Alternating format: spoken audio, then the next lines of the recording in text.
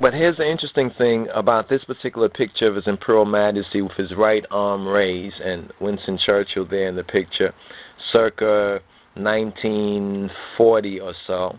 This is after the exile. What the symbol that is expressed here by his arm raised, as well as the biblical prophecy and the ancient mythology of AMSU HORUS, or Horus AMSU, where it states that he hath shown strength with his arm, and where he, AMSU HORUS, personates the arm of the Lord outstretched from the mummy of matter. He is called the arm raiser, and through his potency the other arm bound up in the mummy case is set free, and the Osiris, or Ausar, emerges pure spirit with both arms intact and both feet in motion. Isaiah the prophet says, "Behold, look and see, Nahu, Neho, Adonai Yahweh, the Lord God will come as a mighty one, and his arm shall rule for him." Isaiah 49:10. In this aspect, he comes as the good shepherd, quote, "He shall feed his flock like a shepherd. He shall gather the lambs in his arms and carry them in his bosom, and gently lead those that are with young." Isaiah 49:11. This was Horus, the Ethiopic Heruy, or the chosen one, the elect, the lifter of his arm for Ausar, or Osiris, upon whose shoulder rested the insignia of his government, which included the whip, or the flail, and the shepherd's crook. As the good shepherd, Heruy, or Horus, tends the sheep of his father and comes to gather them in his fold, he was personified as the delegated power that drove with the whip and drew them with the heck of rule, which became the shepherd's crook. The portrait of Heruy, the good shepherd, or Nolawi, Erenya, Roy, who was likewise the arm of the Lord, the arm of Yahweh in this picture of pastoral tenderness, was readapted by the Hebrew, the Hebrew writer for the comforting of distressed Jerusalem. The character and the picture belong to the Amenta in the ritual, and these have been represented as if belonging to this earth, whereas the good shepherd and the sheep, the fields of peace and pastures of plenty beside the still waters, pertain to Hotep, or what's known as Hotep, the paradise of peace, of the, quote, Prince of Peace, end quote, who is proclaimed by Yeshayahu or Isaiah as having come. He came annually and periodically in the mythos. It is said, quote, "The government shall be upon his shoulder," according to chapter 9, verse 6 of Isaiah. So was it with the Egyptian Prince of Peace, as Heruy, or as the chosen, the elect, the sustainer of his father. On the night of setting up the Tat, or the Tat, and of establishing Heruy in the place of the dead Osiris, Horus takes the government upon his shoulder.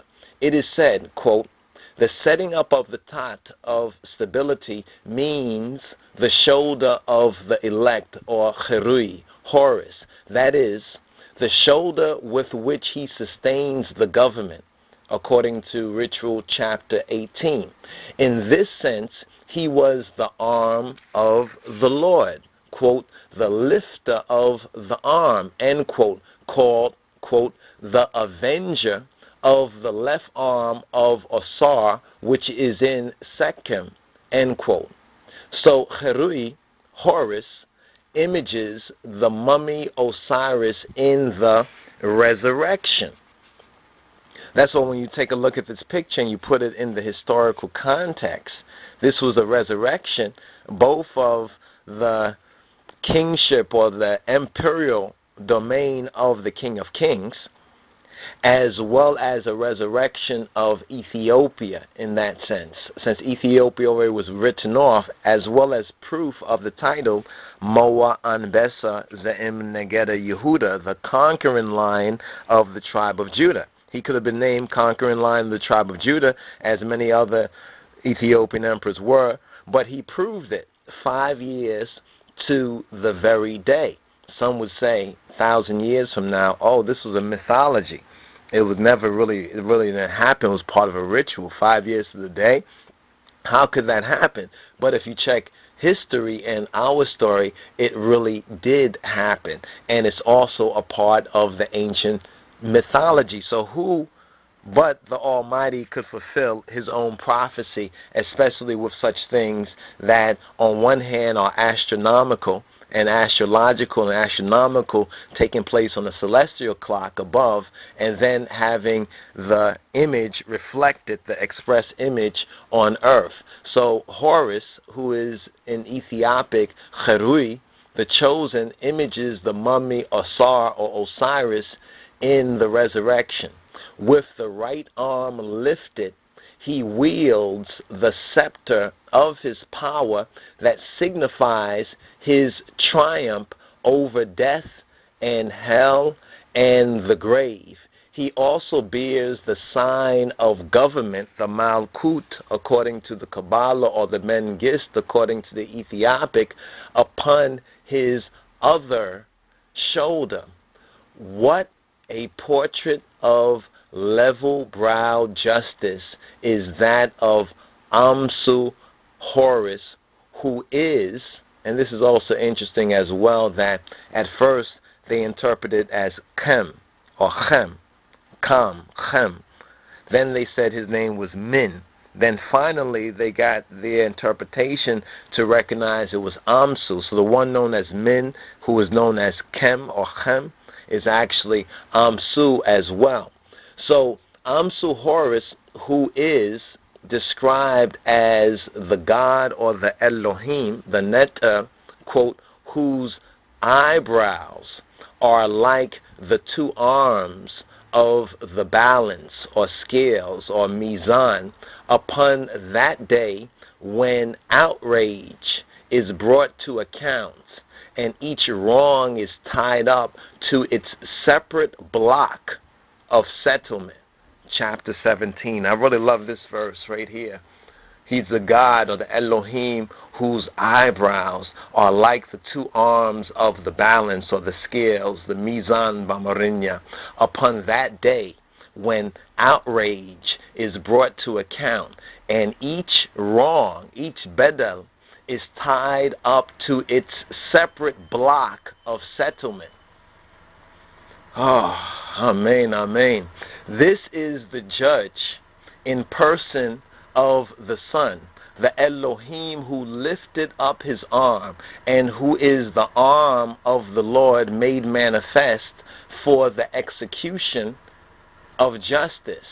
And this is the arm of the Lord invoked for the same purpose by Isaiah, which alone explains the expression, quote, mine arm shall judge the peoples, end quote. This biblical expression that a lot of these so-called counterfeit Christian folks and Jewish folks would wrestle and make up stuff and twist and assume a lot of things for what this means. But when you put it in its proper context, it becomes clear. Mine arm shall judge the peoples.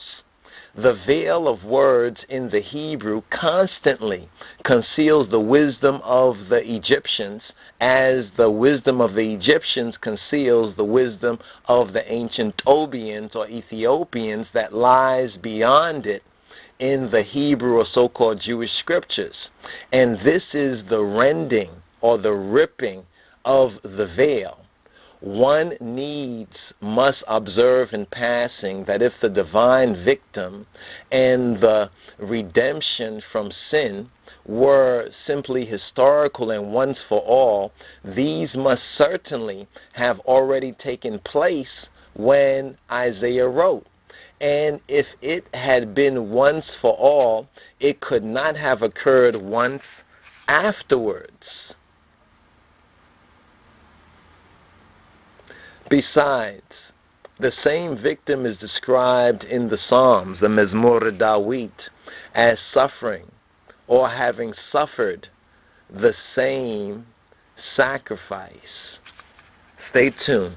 More to come.